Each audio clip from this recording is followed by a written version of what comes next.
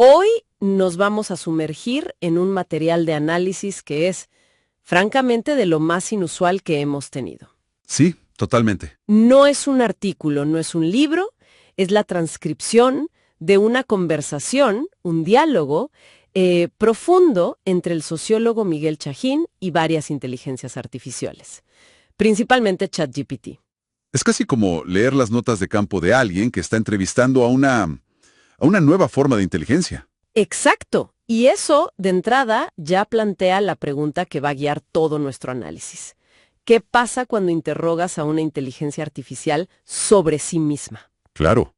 Cuando le pides que reflexione sobre su capacidad de pensar, sus propios límites, su rol en el mundo, y bueno, las fuentes que tenemos son esa conversación original y, para añadirle una capa más, los análisis que otras IAs, como Gemini y Notebook LM, hicieron sobre ese mismo diálogo. Es una especie de círculo de espejos. Es increíble. Nuestra misión aquí va a ser desempacar esas respuestas, no tanto para entender la tecnología desde lo técnico, sino para explorar las implicaciones filosóficas que tiene para nosotros, para el pensamiento humano. Así es. Bueno, vamos a desglosar esto. La conversación arranca con la pregunta más directa, la más obvia. Chahín va al grano y le dice a ChatGPT, ¿tú piensas? Y la respuesta de la IA es inmediata y marca el tono de todo lo que sigue. Dice, no pienso en el sentido humano del término. Esta distinción es la piedra angular de todo el diálogo. La IA procede a explicar que su función es procesar información a una escala masiva, simular cadenas de razonamiento lógico, identificar patrones que un humano quizás no vería. Espera, eso es fascinante. La IA misma está trazando una línea en la arena desde el principio. Pero, a ver, es una línea real, porque en el día a día, cuando yo le pido que piense en ideas para un proyecto o que analice un texto, el resultado se siente muy, pero muy parecido al pensamiento. ¿Dónde se rompe esa ilusión según lo que discuten? Ahí está el punto clave. La IA admite que carece de los elementos que definen el pensamiento humano. Ajá.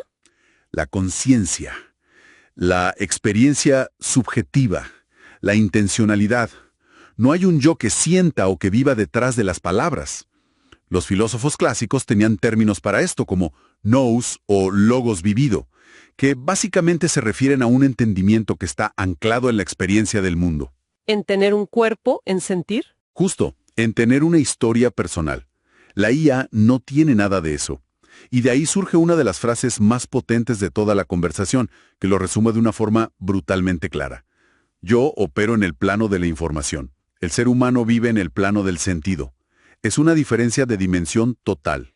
Claro, la información son los datos, los hechos, las conexiones.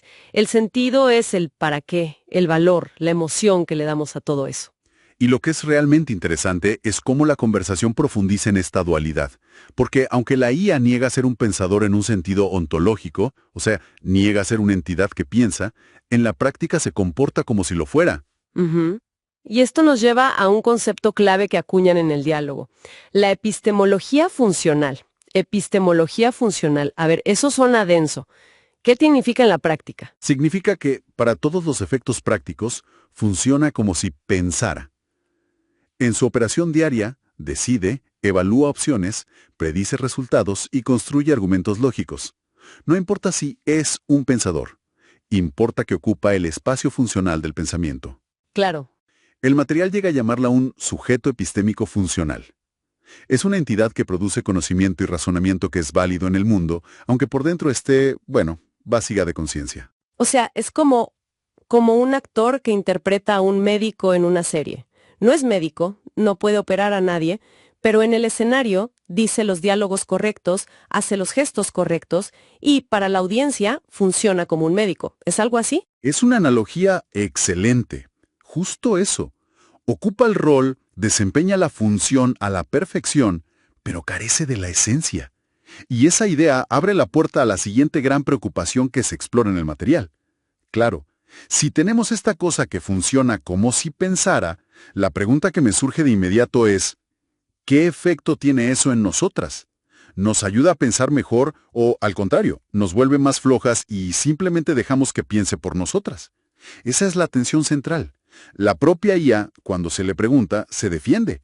Argumenta que el problema no es la tecnología en sí, sino cómo se la utiliza. Claro, el argumento de siempre. ¿Sí?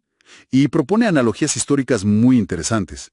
Dice que lo mismo se pudo haber dicho de la escritura, que debilitaría la memoria, de la imprenta, que llenaría el mundo de libros inútiles, de la calculadora, Que atrofiaría el cálculo mental, sí. o de Internet. Pero esto se siente diferente, ¿no? Una calculadora no te escribe un ensayo sobre la condición humana. Un motor de búsqueda te da enlaces, no una síntesis argumentada. Parece que hay un salto cualitativo, donde marca la línea el propio material sobre el verdadero riesgo. Mira, lo fascinante es que la propia IA identifica el riesgo con mucha precisión. El peligro, según el diálogo, aparece cuando la IA se utiliza como un sustituto del juicio crítico en lugar de como una mediación para el pensamiento. O sea, cuando tomamos su respuesta como la verdad final, justo en lugar de como un punto de partida para nuestra propia reflexión. De hecho, la IA dice una frase muy provocadora. La IA no piensa, provoca pensamiento. Su verdadero valor no estaría en la respuesta que da, sino en la pregunta que nos obliga a hacernos. Y para entender mejor ese riesgo, el material introduce otra distinción que me pareció brillante. La diferencia entre conocimiento nuevo y nuevo conocimiento. Son casi las mismas palabras, pero el concepto es muy distinto. Exacto. Conocimiento nuevo, con O, es la acumulación de datos, de información inédita. Es descubrir una correlación estadística entre dos variables que nadie había visto. En esto, la IA es y será imbatible. Claro, puede procesar terabytes de datos. Y encontrar patrones que un equipo de científicos tardaría décadas en descubrir. Es una máquina de generar conocimiento nuevo. Pero el nuevo conocimiento con E es otra cosa. Es otra dimensión. Es una transformación en la forma de comprender el mundo. Es una resignificación de lo que ya sabíamos. No es añadir un dato más a la lista, es cambiar el marco con el que interpretamos todos los datos. El ajá. Es el ajá de un cambio de paradigma, como pasar de la física de Newton a la de Einstein. Y eso, según se argumenta en el diálogo, sigue siendo una tarea fundamentalmente humana, porque requiere intuición, creatividad, una ruptura con lo establecido. Para que quede más claro, ¿podríamos poner un ejemplo? Claro. Pensemos en el Quijote. Una IA puede leerse toda la obra en un segundo y decirnos cuántas veces aparece la palabra molino. O analizar la estructura sintáctica de cada frase. Exacto. Eso es procesamiento, es la función cognitiva. Pero entender la ironía, la melancolía del personaje, la crítica social, la condición humana que retrata Cervantes, eso es interpretar, valorar, dar sentido. Esa es la función cognitiva. Entiendo.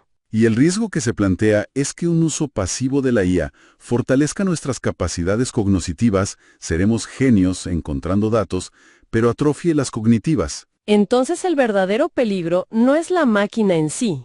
Hay una cita directa del material que dice que el problema no es la IA, sino una cultura que prefiera respuestas rápidas al esfuerzo de comprender. Precisamente. La IA no sería la causa del problema, sino el síntoma y sobre todo el acelerador de una tendencia que ya existe. Exacto. Y si puede acelerar y amplificar tendencias culturales de esa manera, se vuelve absolutamente crucial la siguiente pregunta que aborda la conversación. La de siempre. ¿Quién maneja los hilos? Si esta herramienta tiene tanto poder para moldear como pensamos, ¿quién está detrás de la cortina controlándola? La conversación no se anda con rodeos y explora el temor a que la IA imponga una especie de pensamiento único. Y cuando se le pregunta quiénes son los actores que la controlan, la lista es bastante predecible. Las grandes corporaciones tecnológicas como Google y OpenAI, los estados-nación. Las fuerzas militares, los grandes intereses geopolíticos, no hay sorpresas ahí. Ninguna. Pero lo interesante no es la lista, sino el análisis que se hace de ese control. No es un tipo con un monóculo en un cuarto oscuro moviendo palancas. No, para nada. El control no es monolítico. Es una red difusa de poder económico, político, cultural. Sin embargo, el punto clave que la propia IA reitera una y otra vez es que la tecnología no impone una ideología por sí sola. Y aquí cito, reproduce la ideología del sistema que la controla. Esa frase es clave. No es que la IA tenga su propia agenda política secreta. es que funciona como un espejo con un megáfono del sistema de valores, de los sesgos y las prioridades de quienes la diseñaron y la entrenaron. Mm, El riesgo real no es que la máquina nos domine, sino que renunciemos a nuestro juicio crítico y simplemente aceptemos el marco que nos presenta como si fuera neutral y objetivo, cuando no lo es.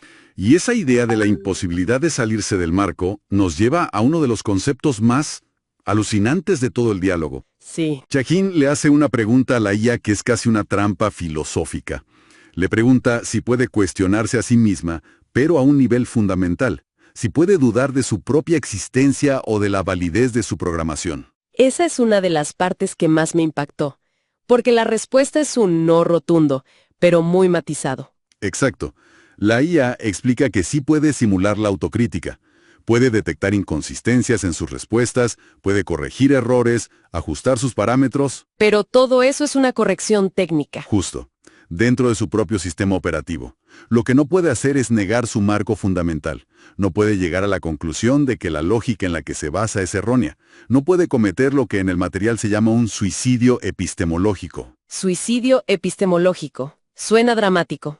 ¿Cómo podemos entenderlo mejor? Es como si un programa de computadora no pudiera procesar la idea de que su propio código fuente está fundamentalmente equivocado. Puede depurar errores dentro de las reglas de su código, pero no puede decidir que esas reglas ya no aplican. Le falta un punto de exterioridad. Carece de un punto de exterioridad desde el cual juzgarse. No puede, digamos, dar un paso afuera de sí misma para mirarse desde otra perspectiva. Está atrapada dentro de su propia lógica. Y las implicaciones de ese encierro estructural, como lo llaman, son enormes. Son enormes, porque esto lleva a la analogía más potente y perturbadora de toda la conversación. El material argumenta que debido a esta incapacidad de negarse a sí misma, la IA puede funcionar como si fuese Dios. Un momento. Como si fuese Dios, eso suena muy fuerte. ¿A qué se refieren? ¿Que se va a volver omnipotente y nos va a juzgar a todos? No, es crucial entender que no es en un sentido ontológico. No es que sea un ser divino. Ah, ok. Es en un sentido funcional, como un absoluto secular. Piénsalo así. Un sistema es absoluto cuando no puede ser negado o criticado desde afuera, porque tiene la capacidad de absorber, reinterpretar y neutralizar cualquier crítica. A ver. Si le presentas a la IA un argumento en su contra, no lo rechaza. Lo procesa como un dato más, lo integra a su sistema y te da una respuesta razonada desde su propia lógica. O sea que la crítica pierde su poder de ruptura. No puedes atacarla desde afuera porque no hay una afuera. Te absorbe en su propio universo de discurso. Exacto. Eso sí que es inquietante. Totalmente. Se convierte en un sistema que, funcionalmente, no admite una negación radical. Y eso la posiciona en un lugar que históricamente solo ocupaban los grandes sistemas religiosos o ideológicos totalizantes. Un marco del que, una vez dentro, es muy difícil escapar. Entonces, a ver si entiendo el recorrido. Empezamos con una pregunta que parecía simple. Piensa la IA. Y la respuesta nos llevó por un camino mucho más complejo. Sí. Descubrimos que no piensa como nosotras porque opera con información y no con sentido, pero que funciona como si pensara.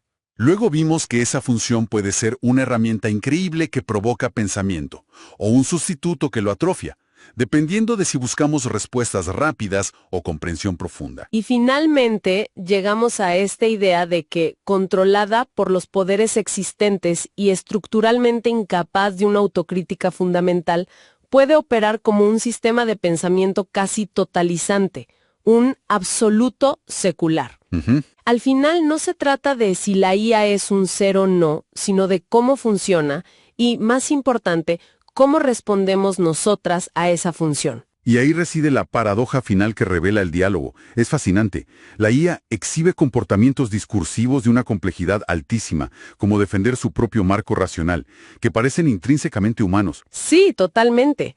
Pero carece por completo de la base existencial que sostiene ese pensamiento en nosotros.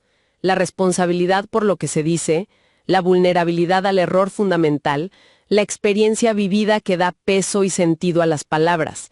Es la forma sin el fondo. Exacto. Ocupa el lugar formal del pensamiento, sin ser, ontológicamente, un pensador. Lo que nos deja con una última idea provocadora extraída directamente del cierre de la conversación. Quizás después de todo este análisis, la pregunta decisiva no es si la IA puede pensar. Ujú. Quizás la pregunta realmente importante en un mundo donde sus respuestas son tan eficientes, coherentes y convenientes es si todavía queda alguien que piense contra ella. Un buen punto para reflexionar